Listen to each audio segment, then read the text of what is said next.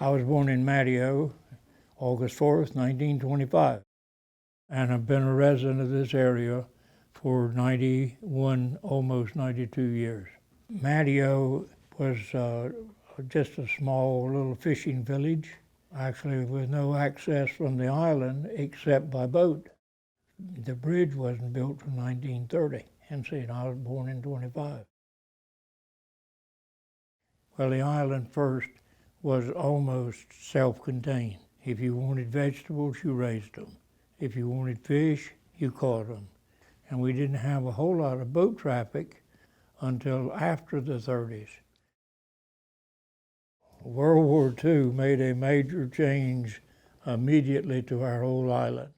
The Navy came in, and I think probably started declaring in there around 1941 for the Navy of the building of the barracks and all, and well, actually the whole airport, I guess, really. In July 29th, 1943, I went to Norfolk, Virginia, and was sworn into the U.S. Coast Guard. And actually, with all due respect, the Coast Guard is a great organization, and I've always admired it, and I was glad to be a part of it, but probably made one of my first major mistakes in my life when I got sent to Nags Head Coast Guard Station and resented it. I could probably have gone to most any school that I wanted to go. And when I was asked if I would, what school would I like to go to, I said, there's only one thing I want out of this Coast Guard: out. And that did not go over very well. So I was a first-class seaman. Then I came out of the Coast Guard a first-class seaman. 9 o'clock on Monday morning, March 31st, 1948, I accepted a job with Kellogg's Supply Company. Kellogg's Supply Company, when I first went to work with it, we started sending some materials to Hatteras Island, but it was done by a boat that used to come into the airport. We could go out to that dock and load boats, and they would carry the materials down to the Hatteras Island locations. Then after we started seeing how much materials they really needed and wanted down there, we surveyed the possibility, and it worked out that from up here where the Catholic Church is today, beginning of Highway 12 south, at that point down to Organ Inlet, and then on the other side of Organ Inlet to Rodanthe, there was no road, no pavement. It was all sand and flats, but we started making deliveries. Toby Tillett operated a boat called the Barcelona, and he actually had a ramp that he cranked up with a hand winch that he dropped down, and he would get as close into the shore as he could get, and you drive your car or your truck up on the ferry. He didn't have any regular schedules.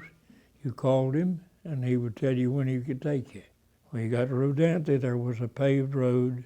That was the single paved road, so actually when you, even after you got to Rodanthe, when you were carrying the materials to the person's house, you still had to drive up in the sand. I retired from Kellogg's Supply Company on March 31st, 1990, which gave me exactly 42 years to the day. I would say by 51, I was a member of the fire department. The first time that they talked with me about being chief of the department, I said, not as long as Raymond Westcott lives will I be chief. He'll be chief. I don't mind being assistant chief, but I'll not be chief as long as Raymond lives, and we'll accept it. Well, he was a chief when he died. And shortly after that, which would have been in mid-50s, is when I became chief of the fire department. And I was the last chief of the Manteo Fire Department and the first chief of the Roanoke Island Volunteer Fire Department. My grandfather, Adam Etheridge, John T. Daniels, well, the actual crew from the Kitty Hawk Coast Guard Station assisted the Wright brothers. My grandmother actually did some of the sewing onto the gliders that they worked with. I know when they first built the little building over at Hill Devil Hill that they said was a replica of the house that the Wright brothers lived in when they were here. Went in, the first thing she said when I opened the door and went in, she says, oh no, this is not the way it really was. She was pretty well set in her way and didn't mind saying, I can tell you exactly how it was, and then you can't tell me because I was here, you weren't.